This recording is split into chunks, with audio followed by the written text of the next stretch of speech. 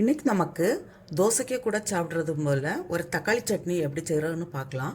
அதுக்கு 4 தக்காளி எடுத்துருக்கிறேன், ஒரு வெங்காயம், ஒரு பச்சை மிளகாய், பூண்டு, கருவேப்பிலை, சில்லி பவுடர் வேணும். இப்போது இதை கட் பண்ணி எடுக்கலாம். தக்காளி கட் பண்ணும்போது நம்ம இந்த பாகத்தை எடுத்து மாற்றிடணும். எதுக்குன்னா நம்ம இந்த தோல் எடுக்கிறதுக்கு ஈஸியாக இருக்கும், அதுக்காக தான்.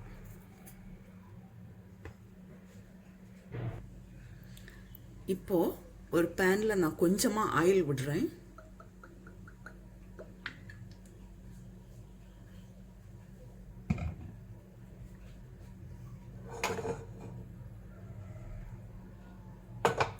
தக்காளியெல்லாம் இது போல் வச்சு கொடுக்கலாம்.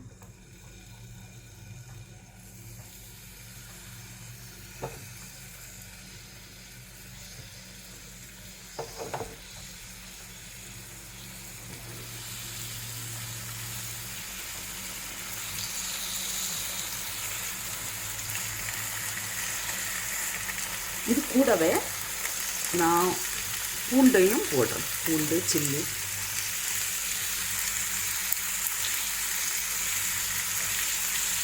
வெங்காயமும் போடுறேன்.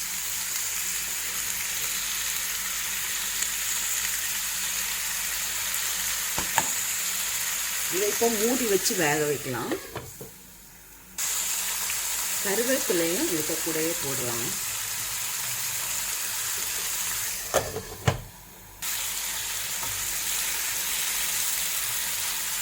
தக்காளி ஒரு சைடு வெந்த உடனே இது மறைச்சி வச்சு கொடுக்கலாம்.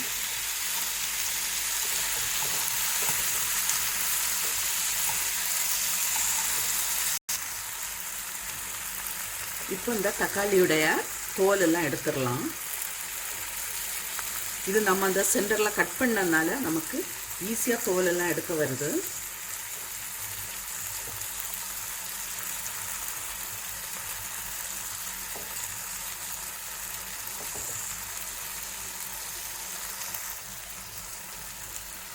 இப்போ இதுக்கு கொஞ்சம் சில்லி பவுடர் போடுறேன்.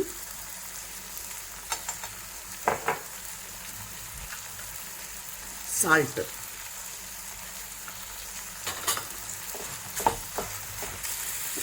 கொஞ்சமாக பெருங்காயத்தூளும் வேணும்.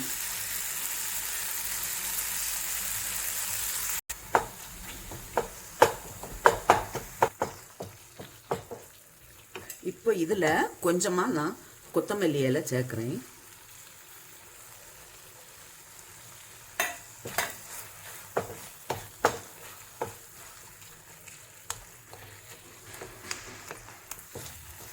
இப்போ இது ரெடி ஆச்சு, நான் ஆஃப் பண்ணுறேன்.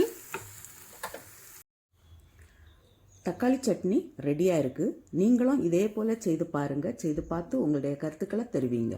உங்களுக்கு இந்த சமையல் பிடிச்சிருக்குன்னா சப்ஸ்கிரைப் பண்ணுங்கள்.